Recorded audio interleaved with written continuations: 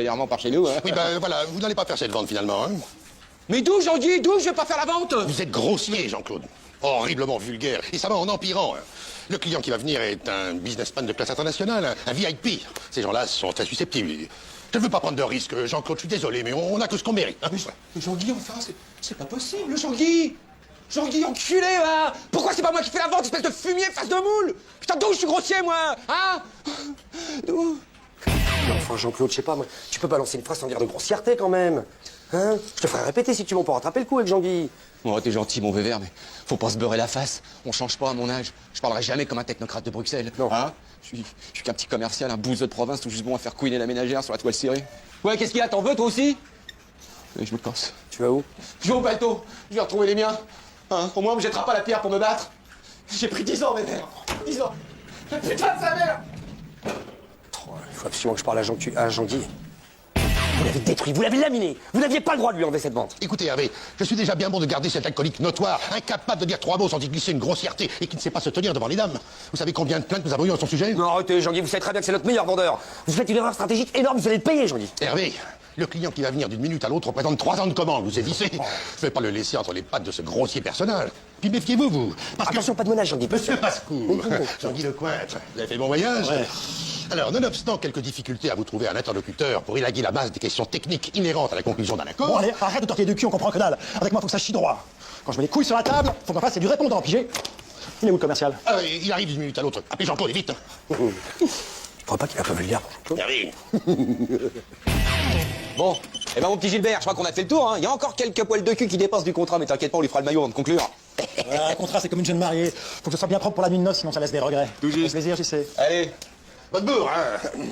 Je vous donne les excuses, Jean-Claude. Hein. Ce que je prenais pour de la grossièreté, en fait, c'est un langage technique de commercial que vous maîtrisez parfaitement, d'ailleurs. Four à merde. Petite bite, tête de pu. Pardon? Non, je répète, c'est technique, je fais mes gammes. Ah, sodomite. Ah non, Jean-Guy, ça c'est pas technique. Ah bon? C'est vulgaire. Pardon.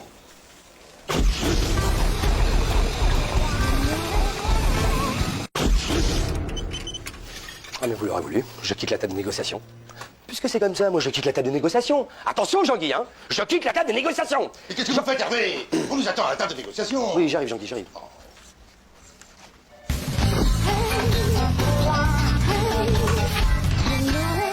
Laissez-moi vous offrir un café, Hervé. Vous l'avez bien mérité, hein. Ah, merci, Jean-Guy. J'arrive pas à y croire. Ça y est, on a notre accord global, hein. Eh oui, et là, une grande première dans l'histoire de cette entreprise, hein. Et nous en sommes les artisans. Ouais. Quelle aventure, hein. Des mois de préparation, qu'est-ce que je dis, des années, de guerre, de combat, de coups de gueule, de coups bas aussi. Et tout ceci finit maintenant. Imaginez la tête des salariés demain lorsque nous allons leur annoncer que nous avons aplani la quasi-totalité des conflits sociaux. Et la tête de Jeanne, hein, quand elle va apprendre qu'elle a enfin obtenu ses mercredis après-midi pour s'occuper de ses enfants. Et Sylvain, Maëva, Jean-Claude. Pour quelqu'un qui a la fibre sociale comme moi depuis tant d'années, c'est magique. Et la tête des actionnaires, quand ils verront que notre accord dégage des perspectives d'économie sans précédent. Nous avons mis la boîte sur les bons rails, Hervé. Ouais. Vous avez fait du bon boulot, Jean-Guy, vous savez. Vous fûtes brillant, Weber. Oh, oh. Hervé. Pourquoi cette mélancolie soudaine, ça ne va pas? Je sais pas, j'ai du mal à réaliser, tout ça me donne un peu le vertige, peut-être. Ouais, moi aussi. La paix sociale, je vous avouerai que ça m'angoisse un peu. Hein. Un virage à 180 degrés dans mon existence. C'est à ça que je pensais justement. J'appréhende un peu la transition entre ces années de lutte et le calme absolu qui découle de cet accord. J'ai peur de m'ennuyer. Les vieux guerriers ne se résignent pas à la paix du jour au lendemain. Il faudra du temps. Hein. Un suivi psychologique sera nécessaire hein, pour combler le vide. Ouais. Enfin, on a œuvré pour le bien commun, c'est ça qu'il faut se dire. Notre accord est presque trop parfait. Hein. Nous avons signé nous-mêmes notre mise au rebut. Tout ça pour le sourire de Jeanne et de quelques autres ingrats. Et encore, Jade, elle vous remerciera. Alors que moi, mes actionnaires m'enverront peut-être un petit fac en tout et pour tout. Ouais. Bon, qu'est-ce que vous faites, là? Je sais pas, j'essaie de me replonger dedans, de me remettre en tête. C'est inattaquable, hein, c'est verrouillé, c'est intelligent. On a même anticipé les conflits à venir. Regardez, Hervé. Quoi? On a laissé un paragraphe en suspens, là. Hein. Ah oui, j'ai oublié celui-là. La revalorisation annuelle des tickets resto en fonction de l'inflation. Oui, enfin, ça va pas nous mener bien loin. Hein. Quoi qu'un jour, il faudra qu'on se penche sur ce dossier, c'est Je sûr. vous rappelle que pour signer ceci, il faut remettre en cause l'ensemble des chapitres d'effraiement. Ouais. Ah bah attention, si on touche au chapitre d'effraiement, on effiloche la partie budget, forcément. Et si on touche à la partie budget, par ricochet, on remet en cause l'ensemble des accords salariaux. Autrement dit, Les 35 heures. on part à zéro, Hervé. Oui. On peut jeter le trou de bébé à la poubelle. Tout à fait. Ça va chier, Jean-Guy. Hein, ça va être Verdun, ça va être Stalingrad, je vous préviens. Trafalgar, Hiroshima, Mark et Spencer. Oui, next.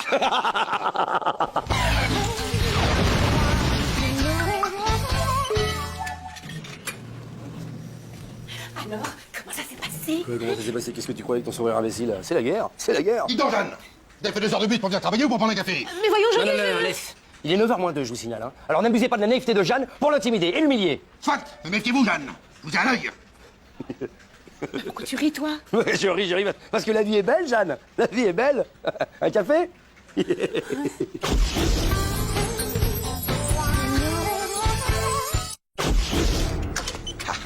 Tu l'as trouvé comme ça, ce kleps? Bah ouais, il me regardait avec ses grands yeux de chien abandonné, là, sur le parking. Alors qu'est-ce que tu veux, j'ai fait monter dans la bagnole. Et il a fait toute la tournée avec toi? Oh bah tu penses, nourri, logé, réconforté.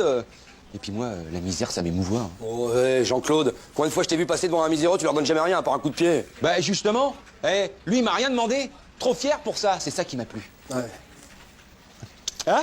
Ah, le pépère, le petit pépère. Ouh.